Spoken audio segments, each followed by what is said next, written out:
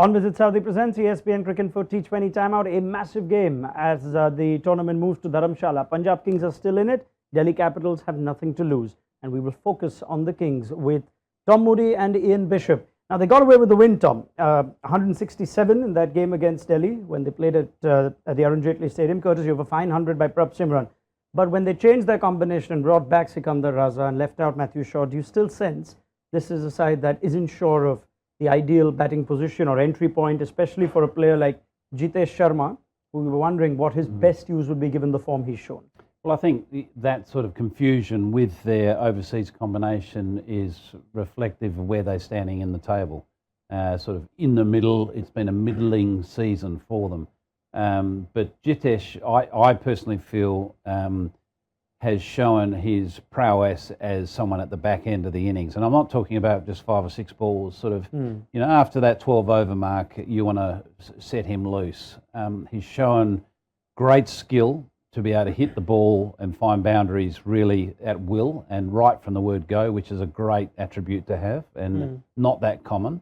But I think sometimes when he comes in, he's shown that he hasn't really known what pace to go when his entry point has been too early. So I'd like to see him sort of drift back into that number 5, if not 6 position. The numbers suggest exactly what Tom Moody is saying. Before 11 overs and 7 innings, Jitesh Sharma strikes at 132 with an average of about 20. After 11 overs, that average of 30 is very good when you come in at the back end, and a strike rate of 209. He hits a ball per boundary every 3.4 balls, which is much better than when he comes in earlier.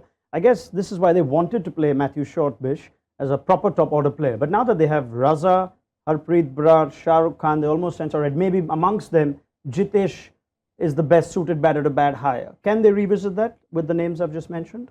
Definitely. Raza came back in for that previous game and I thought he was wasted. He batted somewhere down at 8 and bowled a solitary over on a pitch that was turning square almost. So I think it's an underutilization of Raza if you're going to play him. I still think there are other options, but if they're going to go with that side again, Raza should bat higher.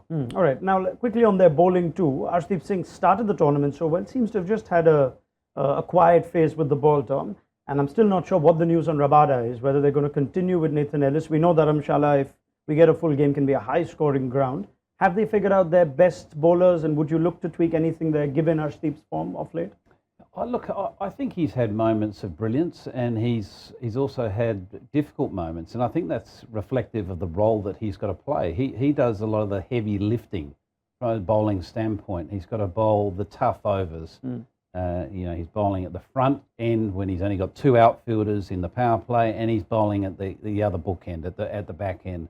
So that's a huge responsibility. There's enormous upside when you have that opportunity. There's also the downside. The one thing I think that Kings 11 have not utilised that well, and that is Sam Curran as the new ball bowler. Right.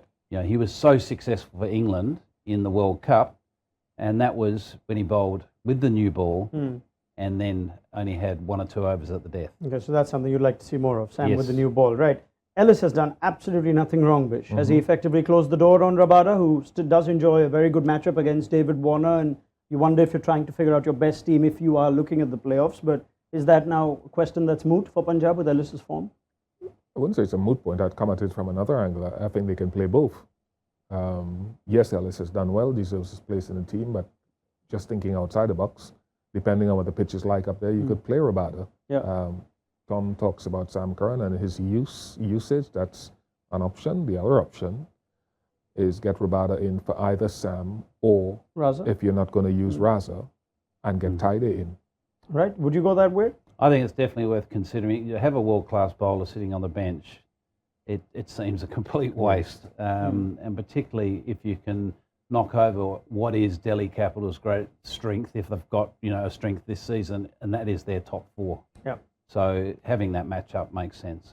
Assuming, of course, Kagiso Rabada is fit and not playing for any other reason. Don't get to hear much from the franchises. It wasn't like how it was when Tom Moody used to run them, all that transparency and all that news coming around. Delhi Capitals have nothing to lose. Are we looking at this as a banana skin game for Punjab, or given what they have to play for, they should win this and they are favourites? Tom? personally, I think both teams will be packing their bags. Very good. What does that mean, though? So Delhi are going to win this. You've worked it out. Well done. Yeah, well, I'm learning. Bish. I'm not underestimating any team in this tournament. I think it could be a banana skin for a team that has nothing else to gain and just come out and play. So it's a dangerous game. All right, fair enough. There you have it from Tom Moody and Ian Bishop on Visit Saudi Presents ESPN Cricinfo T20 Timeout.